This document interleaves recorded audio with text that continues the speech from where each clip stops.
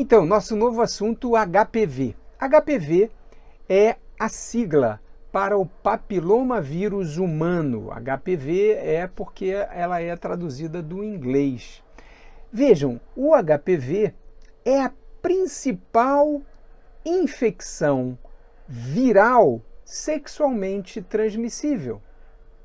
Os números são alarmantes, cerca de 70% das pessoas sexualmente ativas vão ser contaminadas, vão ter contato com o HPV ao longo da vida.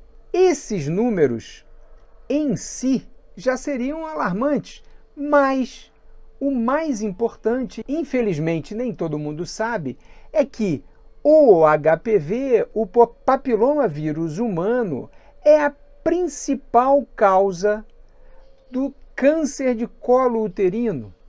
Então vejam como essas informações são contundentes. É a principal infecção viral sexualmente transmissível, tem uma relação muito robusta, forte com o desenvolvimento do câncer do colo do útero nas mulheres. E o mais triste, o Brasil é um campeão nessa estatística macabra de câncer do colo uterino. Eu termino, e essas próximas semanas a gente vai, como sempre, aprofundar o tema. Eu termino com uma notícia muito boa, que é o nosso objetivo aqui. Tem vacina para combater o vírus HPV. Então, acompanhe aqui comigo, vamos mergulhar um pouco nesse mundo sobre o papilomavírus humano.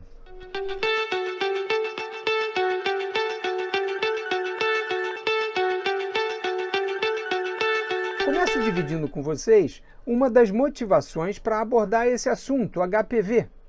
Vejam, infelizmente, no consultório, eu tenho muitos pacientes que chegam com lesões do HPV na região genital e que não têm a menor noção do que é, do como tratar, de quais são as consequências. É entender por que o homem, e aí o homem em todas as suas fases de desenvolvimento, desde o adolescente, o jovem e até mesmo o adulto, toma algumas decisões sem estar devidamente informado. Vocês lembram? No assunto passado, a gente já tentou mostrar como a parte da sexualidade, os assuntos envolvendo o sexo, acabam ficando sempre numa zona um pouco nebulosa, um pouco não tão esclarecida, em detrimento, obviamente, da pessoa decidir bem informado. Então, aqui, o nosso ponto é: por que será que as pessoas abrem mão do uso de medidas de proteção na hora da atividade sexual, ou pelo menos de redução do risco de contrair algumas doenças, sem sequer ter conhecimento sobre as doenças? Vejam que contraditório. E aí o HPV é um excelente exemplo de uma infecção sexualmente transmissível que não aparece em nenhum dos famosos exames sorológicos, exames de sangue, que algumas pessoas fazem quando mudam de parceira, ou quando vão iniciar, ou de parceiro, ou quando vão iniciar um novo relacionamento e querem demonstrar que estão sem nenhuma infecção. É uma ingenuidade. Afinal de contas, o HPV, o vírus, o papilomavírus humano, ele não aparece em nenhum exame de sangue. Entendam, portanto, que um pouquinho de informação vai ajudar você, homem sexualmente ativo, você, pai, avô, que pode interferir na vacinação, principalmente das crianças, né? Já que a vacina para o HPV teve uma evolução muito interessante em termos de proteção. E reparem, os países onde a vacinação foi realizada adequadamente, e isso data desde 2007, a taxa, a ocorrência das verrugas genitais e do próprio câncer do colo uterino se reduziram drasticamente. Então, a eficácia da vacina está muito bem sedimentada. Qual é o problema? Ainda existe uma resistência num pensamento completamente equivocado de alguns pais e mães que evitam que as meninas ou os meninos façam a vacinação na época correta, com medo de que, se eu vacinar, eu vou estar estimulando o meu filho ou a minha filha a iniciar a vida sexual. Um tremendo equívoco, né? Até porque não há nenhum tipo de relação nesse sentido. A vacinação faz parte do rol de vacinas que a criança deve tomar e o menino ou a menina.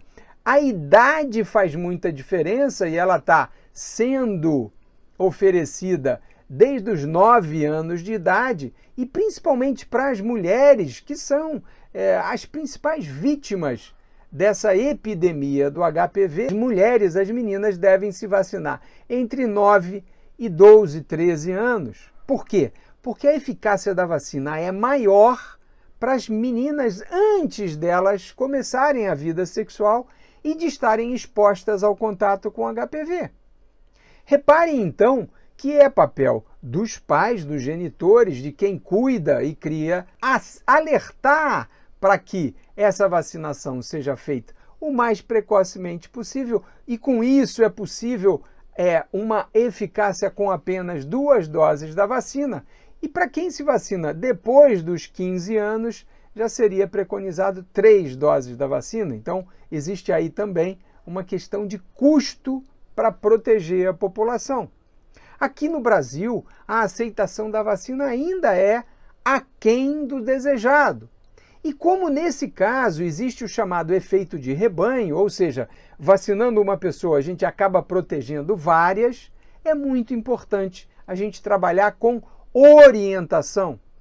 E o nosso Ministério da Saúde tem feito campanhas estimulando mesmo quem não tomou a vacina mais cedo a tomar entre 15 e 26 anos para conseguir pelo menos diminuir a circulação dos 2 subtipos mais ligados ao desenvolvimento de câncer, no caso do HPV. Então aí já começo explicando um pouco para vocês sobre as características do papiloma vírus humano. Então é um vírus que infecta a pele, é um vírus então da epiderme. A transmissão desse vírus é por contato íntimo. E aí começam algumas peculiaridades do vírus. É uma grande família de vírus, tem mais de 100 subtipos, praticamente 200 subtipos diferentes. E por isso que a pessoa que tem contato com um vírus e pode até desenvolver uma verruga, vou falar um pouquinho sobre a manifestação clínica do vírus. A pessoa que tem contato com um vírus e tem uma lesão não significa que vai estar imune a contato subsequente com os outros subtipos. Daí a importância da vacina. A gente tem vacina bivalente, vacina quadrivalente e vacina que cobre 9 subtipos, nonavalente. Essa nonavalente é a última, a maior proteção. 7 subtipos oncogênicos são protegidos pela vacina e 2 de menor relevância para o câncer, mas que causam verruga e com isso significa também proteção. Então a vacina tem a bivalente, a quadrivalente e a nonavalente. Qual que é a melhor, Dr. Walter? Não se preocupe com isso, faça a vacina que você tem acesso. O sistema público estava trabalhando com a vacina bivalente e a quadrivalente. A nonavalente, que é cara, né? Cada dose da vacina está em torno de R$900. Obviamente que nem todo mundo tem acesso a esse tipo de vacina, mas lembrem, até no serviço público é possível, principalmente para as meninas entre 9 e 12, 13 anos, terem acesso à vacinação. Até 15 anos estaria ótimo. Depois dos 15 anos, a gente já começa a ter uma vacinação mais tardia e o protocolo é um pouquinho diferente. Então, você, pai, avô, mãe, avó, estimule as crianças antes de iniciar a vida sexual, terem contato com o pediatra, com o médico da sua confiança, para falar sobre vacinação contra o HPV. Quanto mais gente vacinada, menor, aqui no Brasil, menores vão ser as taxas, tanto de verrugas genitais quanto de câncer do colo uterino, que é o câncer ligado ao HPV. Porém, infelizmente, outros tipos de câncer também são iniciados, promovidos pela presença da infecção viral pelo HPV, como o câncer da orofaringe, o câncer anal e o próprio câncer do pênis, que no Nordeste brasileiro ainda é muito prevalente. Então, reparem, o assunto HPV tem várias ramificações e o fundamental é a gente valorizar as medidas de prevenção. Então é isso que a gente vai estar conversando ao longo dos próximos vídeos. Mas, para me animar, para eu ficar bem motivado, manda a sua dúvida, a sua pergunta, a sua sugestão. Tem o e-mail aqui, você pode fazer um comentário e encaminhar esse vídeo para alguém que você entenda que possa se beneficiar com o conteúdo, e conte comigo para tentar explicar de maneira simples e objetiva agora um novo assunto, a infecção pelo HPV. E vejam, aqui não é para assustar ninguém. Graças a Deus, a grande maioria do contato da pessoa com o HPV é resolvida espontaneamente pelo nosso sistema imunológico. Porém, em algumas pessoas, o HPV pode se tornar permanente e gerar problemas futuros. Então, com informação qualificada, a gente toma melhores decisões, inclusive nesse universo da sexualidade masculina, que é o nosso foco principal do canal. Então, não deixe de acompanhar o próximo vídeo, nosso assunto então para as próximas semanas, você já sabe, HPV, papiloma vírus humano.